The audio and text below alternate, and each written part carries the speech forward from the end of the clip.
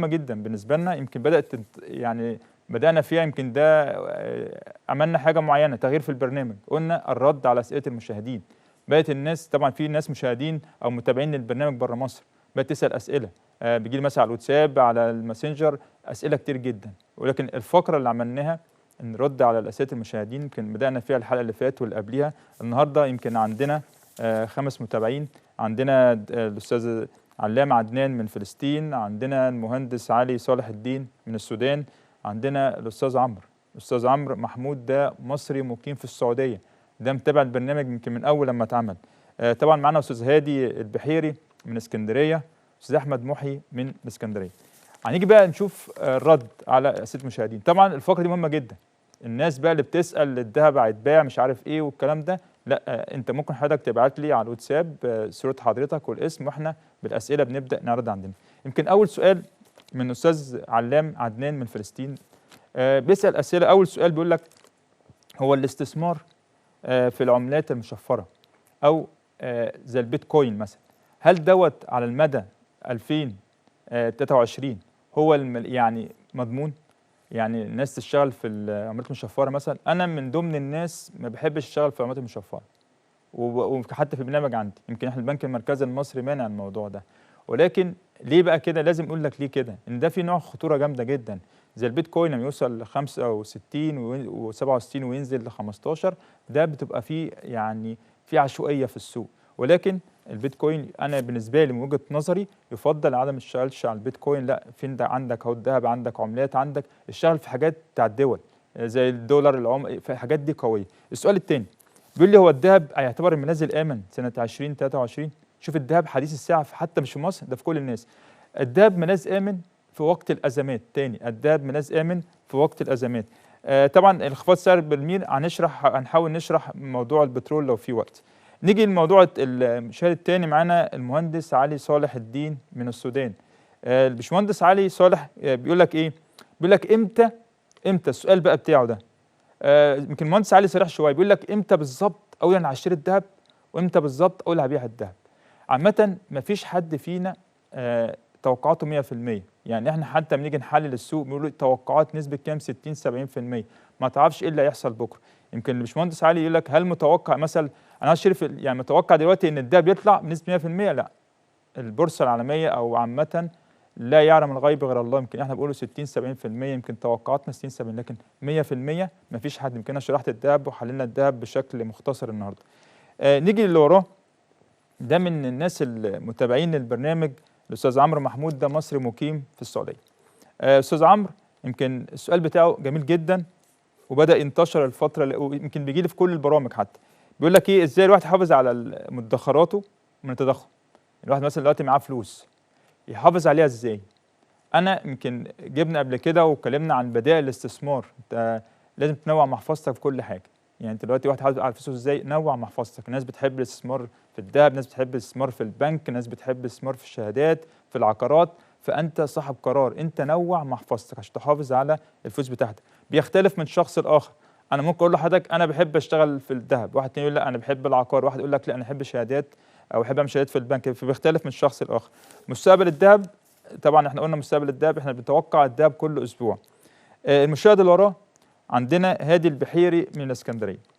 هادي بيقول لك ايه بقى: انا دلوقتي عاوز اعرف ايه الطريقه الصحيحه في شراء وبيع الذهب. يعني شراء الذهب وتوزيع المخاطر. يعني ايه شراء الذهب؟ يعني هو يجي بيسالك يقول لك دلوقتي انا معايا مبلغ من المال. السؤال ده بيتسال: انا دلوقتي معايا مبلغ وعاوز اشتري ذهب دلوقتي. هو بيتكلم عن السعر دلوقتي، ايا كان بقى السعر كام دلوقتي، غالي مرتفع، ملوش دعوه بالقصه دي. وايه بقى ازاي توزع المخاطر؟ انا من وجهه نظري، هو كاتب اللي انا عايز اشتري ذهب وليس اشتري حاجه ثانيه. من وجهه نظري مثلا هنقول مثلا لو معاك 10000 جنيه، قسم محفظتك 3. قسم محفظتك 3. انت دلوقتي شايف الذهب بكام؟ مثلا هنقول مثلا ب 1900 جنيه مثلا. فيها معناه انت ممكن تشتري ذهب، ما تشتريش المبلغ كله مثلا على 3، مثلا ب 3000 او 4000 مثلا يعني.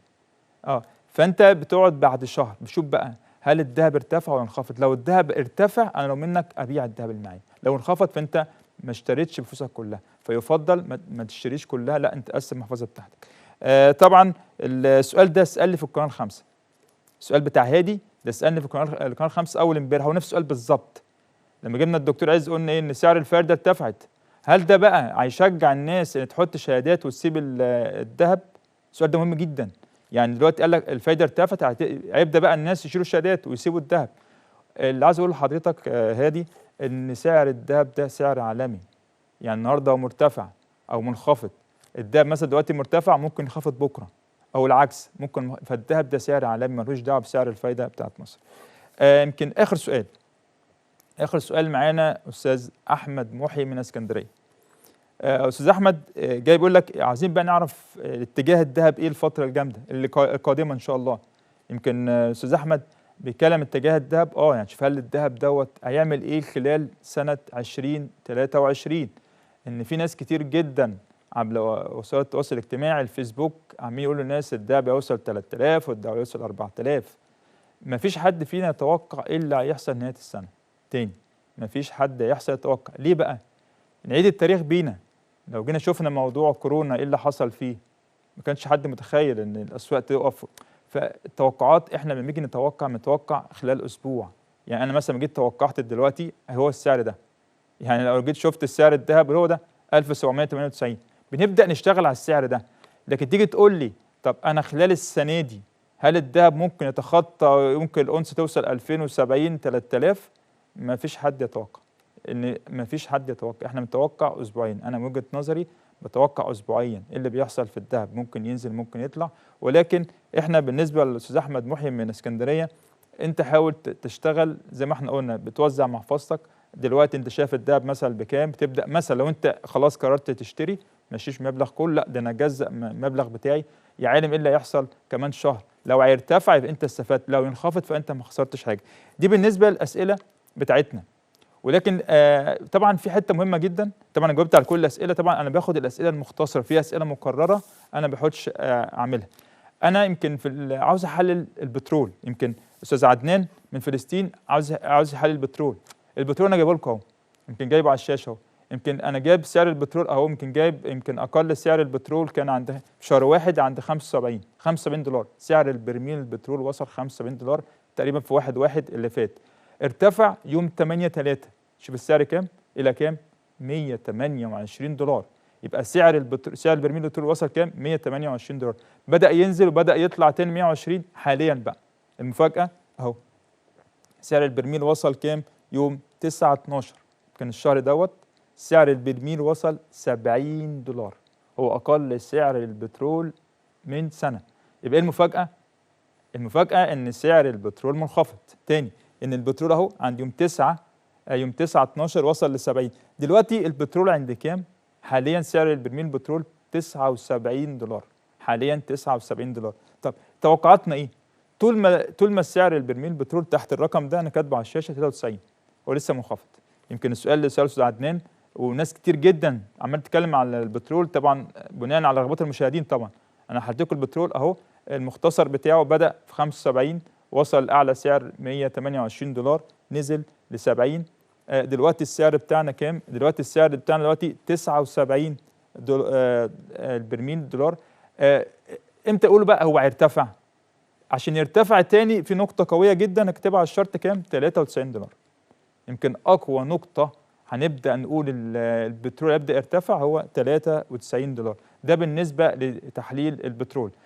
طبعا احنا شفنا الذهب وحللنا فيه الذهب، والأسئلة اللي بتجيلي في الذهب بحاول أنا أختصرها، لأن كل الأسئلة اللي بتيجي فعلا يمكن السؤال يمكن اللي شغل الناس كلها الأسبوع اللي فات، يمكن يوم الخميس اللي فات بالذات يمكن جاوبته في قناة 5 وهجاوبه تاني. سعر الفايدة ارتفع، ده يخلي الناس بقى تشتري شهادات أو تشتري ذهب. خلي بالكم الذهب منفصل عن أي حاجة. هنطلع فاصل.